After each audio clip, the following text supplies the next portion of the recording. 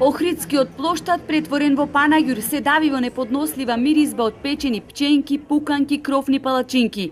Скари чадат од сите страни, замаглувајќи го ликот на светителите. Згора на се срцето на Охрид наликува на ринг. Дол шеталиштето се поставени боксови, мерачи на сила и други детски реквизити. Едноставно панаѓур, немам друг збор. А Охрид не го личи да е панаѓур. Охрид треба да е монденско летувалиште, монденско место. Имат што да се види во градов. Ова е сликата од Охрид кој своевремено беше прогласен за балкански град на културниот туризам. Плоштадот и шеталиштето секојдневно се узурпираат со тезги кои се поставуваат секоја вечер со првиот мрак. Реагираат граѓанските здруженија и туристичките работници.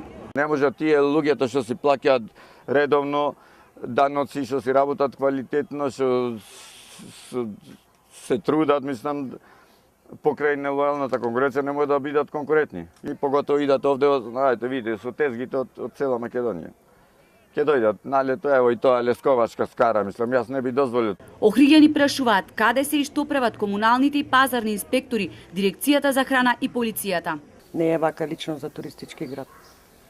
На времето ги селеа тезгите, па повторно доаѓаат. Имаме ние нешто превземено во однос на тоа како здружение на трговци. Има по вас деволоцирани тезги? Има, да, се разбира дека. Во секој случај, јас мислам дека не се доволно на терен. И санитарните инспектори, и комуналните инспектори и така натаму, мислам дека треба, посебно во лето.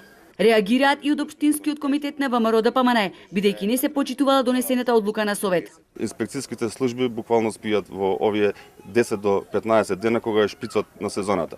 И од друга страна има јавни површини кои што воопшто не беа предвидени во годишната програма, а се искористува за таа намена. Значи, голем е проблемот, многу луѓе се засегнати, затоа треба структурите, односно инспекцијските служби да излезат на терен и да се завршат работата за која што се платени. Во соопштението со кое се огласи од локалната стои дека хаосот не се решавал преку ноќ и оти работеле на проект со кој центарот ќе добил нов лик со строго дефинирани и типизирани места за продавање.